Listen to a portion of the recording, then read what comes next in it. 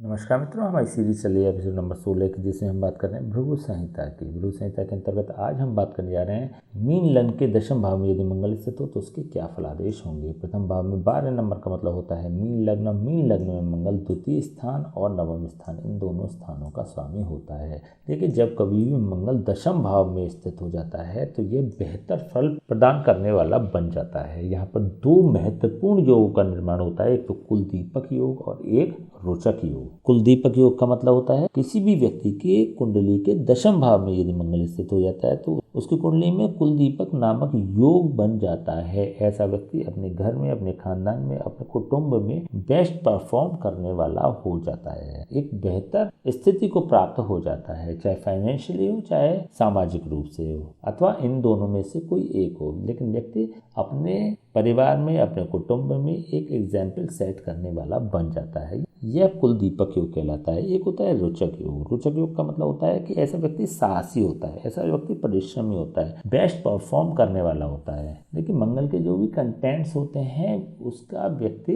प्रदर्शन करने वाला बन जाता है। ऐसी चीजें व्यक्ति के व्यक्तित्व में प्रदर्शित होने वाली होती है, वो कंटेंट्स व्यक्ति के व्यक्तित्व में प्रदर्शित होने वाले हो जाते हैं। देखिए, मंगल होता है शूरता, वीरता, पराक्रम, आक्रामकता, क्रोध, धीरज और गंभीरता का कारक ग्रह। ये सभी कंटेंट व्यक्ति के व्यक्तित्व में प्रकाशित होने लगते हैं तो इसका भी लाभ व्यक्ति को मिलता है। तो ये योग रोचक योग कहलाता है। यहाँ पर मंगल अपने मित्र गुरु की राशि में भी स्थित हो रहा है तो ये दोनों ही योग के जो परिणाम होंगे व्यक्ति के जीवन में बेहतर फल करने वाले होंगे। और विशेष रूप से देखिए, यहाँ पर मंगल भाग्य भाव का स्वामी होकर यह योग बना रहा है तो व्यक्ति के जीवन में भाग्य का भी ऐसे लोगों को साथ मिल जाता है, तो सोने पे सुहागा वाली स्थिति हो जाती है। तो यहाँ पर इन दोनों के कॉम्बिनेशन से जो योग बनता है रोचक और कुल दीपक योग, यह व्यक्ति के लिए बेहतर परिणाम प्रदान करने वाला बनता है। यहाँ पर मंगल होता है द्वितीय भाव का स्वामी। द्वितीय भाव का स्वामी जब अपने स्थान से नवम स्थान अर्थात भाग्य भाव में स्थित हो जाता है तो व्यक्ति के धन संचय को, व्यक्ति के कुटुंब को, व्यक्ति के ससुराल को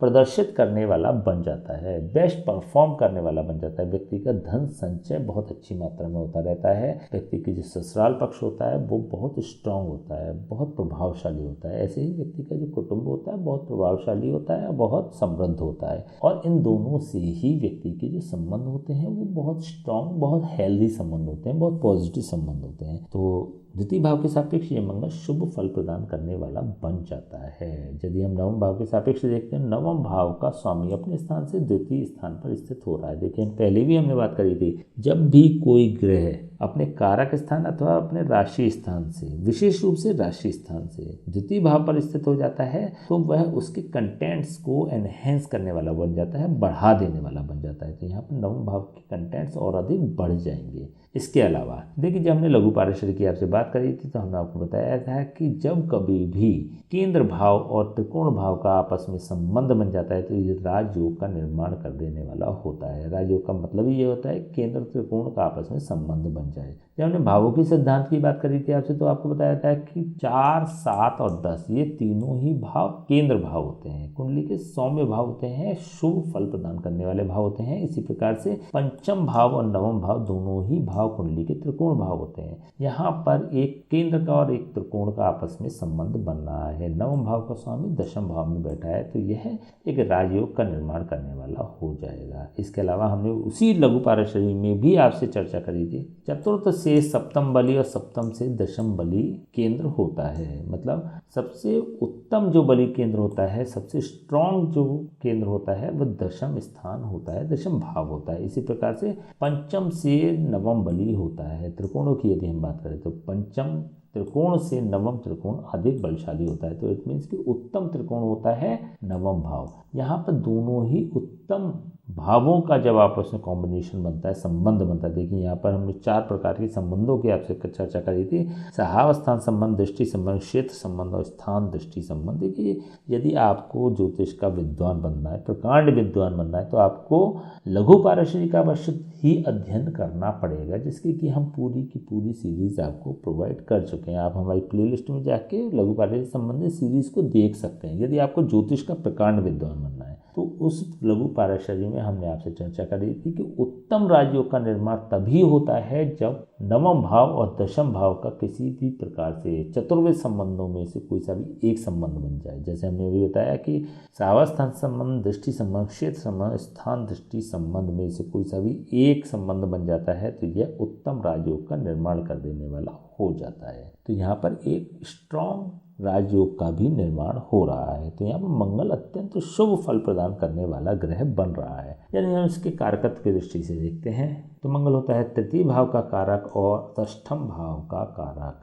तृतीय भाव के सापेक्ष यदि हम देखते हैं तो तृतीय भाव का कारक अपने स्थान से अष्टम स्थान पर स्थित हो रहा है।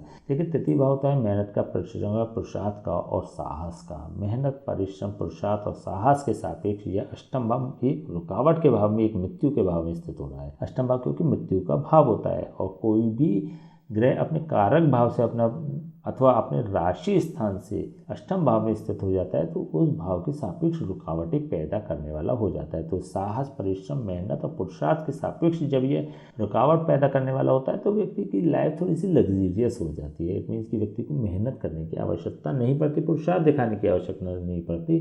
तो ऐसी स्थिति में भी यह मंगल शुभ फल प्रदान करने वाला हो रहा है और अपने स्वर स्थान पर भी और अपने मित्र स्थान पर भी यह स्थित हो रहा है, गुरु की राशि पर स्थित हो रहा है, तब भी और बेहतर परिणाम देने वाला हो जाता है। यही मंगल छठे भाव के सापेक्ष पंचम भाव पर स्थित हो रहा है। छठा भाव होता है सेवा का भाव, सेवा के भाव का कारक अथवा स्वामी। जब कभी दशम भाव में बैठ जाता है तो व्यक्ति के प्रोफेशन को सेवा के क्षेत्र से जोड़ देने वाला हो जाता है। व्यक्ति कहीं ना कहीं किसी एनजीओ से भी जुड़ सकता है, सेवा के कार्य भी कर सकता है। इंडिविजुअली आत्मिक संतुष्टि के लिए भी सेवक के काम करने वाला ऐसा बंदा बन जाता है, ऐसा व्यक्ति बन जाता है। तो यहाँ पे सेवा के कार्यों से व्यक्ति के प्रोफेशन को जोड़ देने वाला होता है। ऐसा व्यक्ति सर्विस प्रोवाइडर होता है बेसिकली। ऐसे व्यक्तियों की जो नौकरी होती है वह भी उत्तम नौकरी होती है, एक अच्छी डेजिग्नेशन, एक अच्छी पोजीशन वाली नौकरी होती है। यहाँ पर रोग, ऋण और शत्रुओं के भाव का कारक भी षष्ठम भाव होता है। रोग, ऋण और शत्रुओं के कारक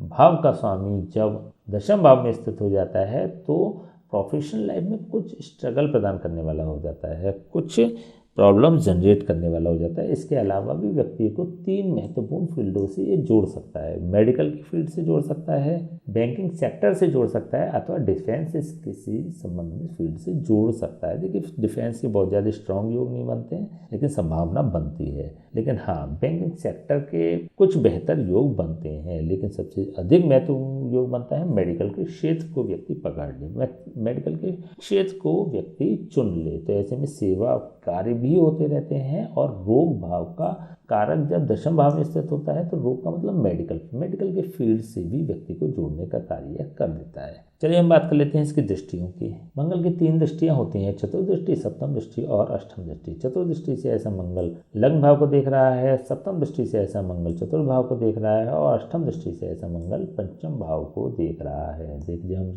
चतुर्दृष्टि की बात करते हैं तो हमने बात करी थी मंगल की जो चतुर्दृष्टि होती है सुख प्रदान करने वाली होती है, सुरक्षा प्रदान करने वाली होती है, जो लग्न भाव पर पड़ रही है। लग्न को मंगल के पॉजिटिव कंटेंट्स प्राप्त हो जाते हैं। यहाँ पर मंगल गुरु की राशि में बैठकर गुरु की राशि को देख रहा है और मंगल और गुरु परस्पर मित्र होते हैं। तो अपने मित्र भाव की राशि में बैठकर ये लग्न भाव को देख रहा है तो सारे तो अपने जो भी पॉजिटिव कंटेंट्स है वो लग्न को प्रदान कर देने वाला होता है। मंगल होता है शूरता, वीरता, पराक्रम, आक्रामकता, क्रोध, धीरज और गंभीरता का कारक ग्रह। ये सभी कंटेंट्स व्यक्ति को पॉजिटिवली प्राप्त हो जाएंगे। इस प्रकार के कंटेंट्स के जो गुण है वो व्यक्ति के व्यक्तित्व में विद्यमान हो जाते हैं। मंगल की यहाँ से पूर्ण दृष्टि चतुर्थ भाव पर पड़ रही है। देखिए चतुर्थ भाव में इसकी शत्रु की राशि स्थित है, बुध की राशि स्थित है। बुध को मंगल शत्रु भाव से देखता है तो अपने शत्रु की राशि को जब ये देखता है तो सांसारिक भोगों की उपलब्धता प्राप्त कराने में ऐसे व्यक्ति को संघर्ष करना पड़ता है। वाहन, भूमि और भवन को परचेज करने के लिए, खरीदने के लिए व्यक्ति को खासा परिश्रम करना पड़ता है। बहुत अधिक संघर्ष, मेहनत और पुरुषार्थ करना पड़ जाता है।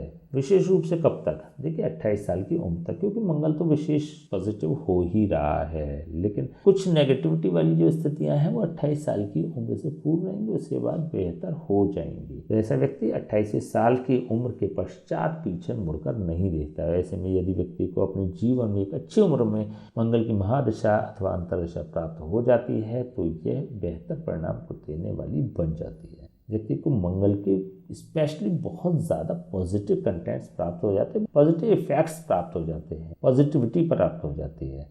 मंगल की यहाँ से पूर्ण दृष्टि पंचम भाव पर पड़ रही है। देखिए मंगल की यहाँ पर अष्टम दृष्टि पड़ रही है। हमने बात करी थी मंगल की अष्टम दृष्टि विध्वंसकारी दृष्टि होती है, नकारात्मक दृष्टि होती है, परेशान करने वाली दृष्टि होती है, पीड़ित करने वाली दृष्टि होती है और जीवन में आने वाली रुकावटों की कारक दृष्टि होती है। तो ऐसे में यह दृष्टि पड़ रही है पंचम भाव पर। पंचम भाव होता है संतान व प्रथम संतान की हम बात कर रहे हैं यहाँ पे, क्योंकि मंगल की नीच दृष्टि भी पड़ रही है। देखिए पहली संतान सिजेरियन हो, इसकी पूर्ण संभावना बनती है, अथवा मिसकैरेज हो, इसकी पूर्ण संभावना बनती है। यहाँ पे प्रथम संतान को लेकर यह शुभ स्थिति को दिखाने वाला नहीं बनता है। इसी प्रकार से पंचम भाव बुद्धि का कारक भाव भी होता है। पंचम भाव लॉटरी, सट्टे और जुए का कारक भाव भी होता है। तो ऐसे व्यक्ति संभवतः शेयर बाजार में इन्वेस्ट कर सकते हैं, या फिर लॉटरी खरीदने के शौकीन हो सकते हैं, या सट्टेबाजी करने के भी शौकीन हो सकते हैं, जिसका कि उनको अपने जीवन में बहुत ज़्यादा नुकसान उठाना पड़ जाएगा। तो पंचम भाव के सापेक्ष ऐसा मंगल बिल्कुल भी शुभ फल प्रदान करने वाला नहीं होता। तो ऐसे में इसके उपाय अत्यंत आवश्यक हो जाते हैं। क्या उपाय हो सकते हैं? देखिए मंगल के जाप व हवन किसी योग ब्राह्मण से आप समय समय पर कराते रहें, जिसके कि इसके नेगेटिव कंटेंट्स समाप्त हो जाएंगे और पॉजिटिव कंटेंट्स बढ़ जाएंगे। पहला काम तो यही कर सकते हैं। दूसरा काम आप कर सकते हैं, मंगलवार को सुंदरकांड का पाठ करें, अथवा बंदरों को चने खिलाएं, अथवा दोनों ही आप कर सकते हैं। यदि आप ऐसा करते हैं तो चीज़ें सरल होंगी, बेहतर होंगी और इफेक्टिव परिणाम देने वाली बन जाती हैं। ठीक है, तो चलिए आज मैं बात करें मीन लग्न के दशम भाव में यदि मंगल स्थित हो तो उसके क्या फलादेश होंगे। नेक्स्ट वीडियो में बात करेंगे मीन लग्न के एकादश भाव में यदि मंगल स्थित हो तो उसके क्या फलादेश होंगे। तब तक के लिए हमें आज्ञा दीजिए। नमस्कार।